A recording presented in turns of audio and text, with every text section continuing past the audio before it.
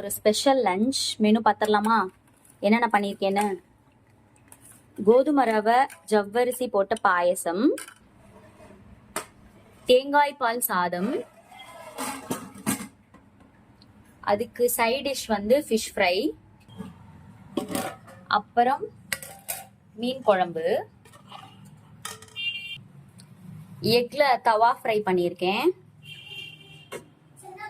அப்புறம் white rice, அப்புறம் mutton kebab,